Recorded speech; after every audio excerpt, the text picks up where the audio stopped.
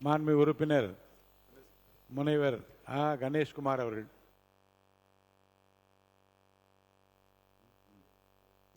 மாண்புமிகு பேரவைத் தலைவர் அவர்களே, 2026-27 ஆண்டு நிதிநிலை அறிக்கையின் மீது மற்றும் வேளாண் நிதிநிலை அறிக்கையின் மீது விவாதத்தில் பங்கேற்பதற்கு வாய்ப்பளித்தமைக்கு தங்களுக்கு நன்றியை தெரிவித்துக் கொள்கிறேன்.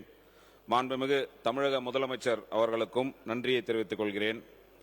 மேலும் எனக்கு இந்த வாய்ப்பை வழங்கிய பாட்டாளி மக்கள் கட்சியினுடைய தலைவர், முன்னாள் நடுவண் சுகாதாரத்துறை அமைச்சர், இந்திய தேசத்திற்கே 108 ஆம்புலன்ஸை கொண்டு வந்து சேர்த்த எங்களுடைய தலைவர் மருத்துவர் அன்புமணி ராமதாஸ் அவர்களுக்கும் இந்த நேரத்தில் நன்றியை தெரிவித்துக் கொள்கின்றேன்.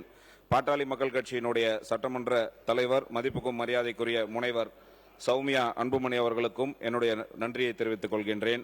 அதே நேரத்தில் எனக்கு தேர்தலில் வெற்றி பெறுவதற்காக உழைத்த அனைத்து இந்திய அண்ணா திராவிட முன்னேற்ற கழகத்தினுடைய பொதுச் செயலாளர், மதிப்புக்கும் மரியாதைக்குரிய ஐயா எடப்பாடியார் அவர்களுக்கும் என்னுடைய நன்றியை தெரிவித்துக் கொள்கின்றேன்.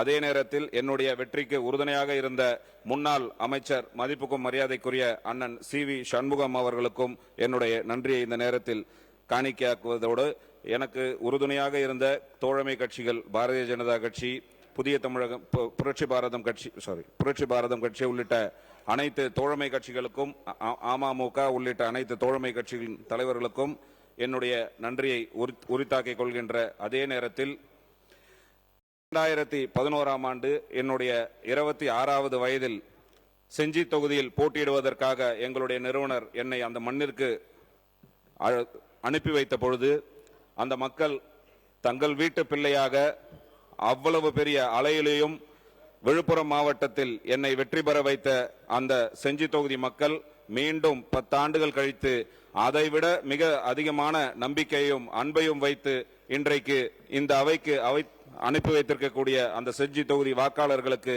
என்றும் நன்றி கடன் பட்டவனாக இருப்பேன் என்பதை இந்த நேரத்தில் தெரிவித்துக் கொண்டு, அதையும் தாண்டி இந்த அவையில் இருக்கக்கூடிய அனைத்து உறுப்பினர்களுக்கும் வணக்கத்தை தெரிவித்து, முதல்படியாக இந்த நிதிநிலை அறிக்கையில் நீர்வளத்துறையில் மரியாதைக்குரிய அமைச்சர் அவர்கள் கூறியிருப்பது போல, பெண்ணையாறு செய்யாறு இணைப்பு திட்டத்திற்கு திட்ட அறிக்கை தயாரிப்பதற்காக 50 கோடி நிதி ஒதுக்கப்பட்டிருக்கிறது.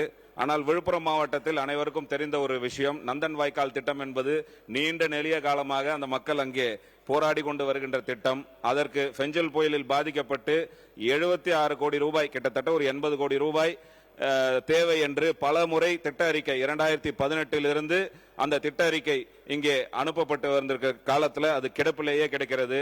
50 கோடி நம்ம டிபிஆருக்கு ஒதுக்கி இருக்கிறோம். இது போதுமானதாக டிபிஆர் தயாரிக்கிறதுக்கு இருந்தாலும் நந்தன் வாய்க்காலுக்கு என்று ஒரு தனி நிதியை, தொகுப்பு நிதியை வழங்குவதற்கு அரசு முன்வர வேண்டும் என்று பணிவோடு இந்த நேரத்தில் கேட்டுக்கொண்டு, அடுத்தபடியாக செஞ்சி பேரூராட்சி பகுதி என்று சொல்லக்கூடிய நம்முடைய செஞ்சி பேரூராட்சி பகுதி, அங்கே அந்த பேரூராட்சி நிர்வாகத்தின் மூலமாக குப்பைகள் கொட்டப்பட்டு ஒரு சீர்கெட்ட சூழ்நிலை அங்கே நிலவி கொண்டிருக்கிறது. இது குறித்து நாங்கள் பலமுறை பேரூராட்சி நிர்வாகத்திடம் தெரிவித்தாலும் கூட, அங்கே பேரூராட்சி அலுவலர், செயல் அலுவலர் என்று சொல்லக்கூடியவர் நீண்ட நாட்கள் காலமாக அங்கு பணியை செய்யவில்லை. அது ஏன் என்பது எங்களுக்கும் தெரியவில்லை.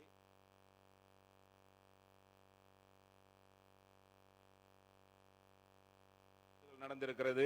ஏன் செயல் அலுவலர்கள் கடந்த 5 ஆண்டு காலத்தில் 1 வருஷத்துக்கு மேல அங்க பணி செய்ய மாட்டிருக்கிறார்கள். இது வரைக்கும் 1 வருஷத்துல 6 செயல் அலுவலர்கள் அங்க மாறி இருக்கிறார்கள் என்பதை கண்டறிவதற்கு ஒரு குழு அமைக்க வேண்டும் என்பதை இந்த நேரத்தில் உங்களுக்கு தெரிவித்துக் கொண்டு, அதே செஞ்சி தொகுதியை பொறுத்தவரை மிக முக்கியமான பிரச்சனை போத்வாய் பழவளம் போன்ற கிராமங்கள் அருகே டான்மைன் நிறுவனத்தின் மூலமாக முந்தைய காலங்களில் அனுமதி பெற்று கிரானைட் குவாரி ஒன்று அங்கு நடைபெற்றுக் கொண்டிருந்தது.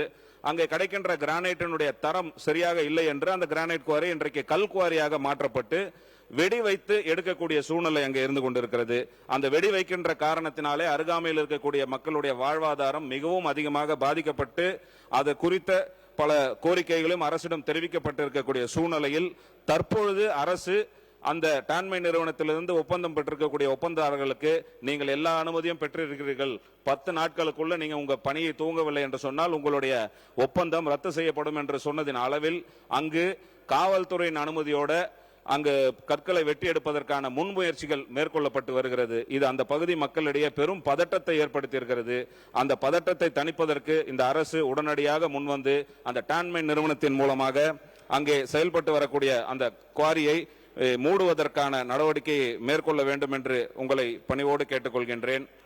பிளே ஸ்டோர் மற்றும் ஆப் ஸ்டோரில் இருந்து பாலிமர் செயலியை QR கோடு மூலம் பதிவிறக்கம் செய்யுங்கள். செய்திகளை உடனுக்குடன் பெறுங்கள்.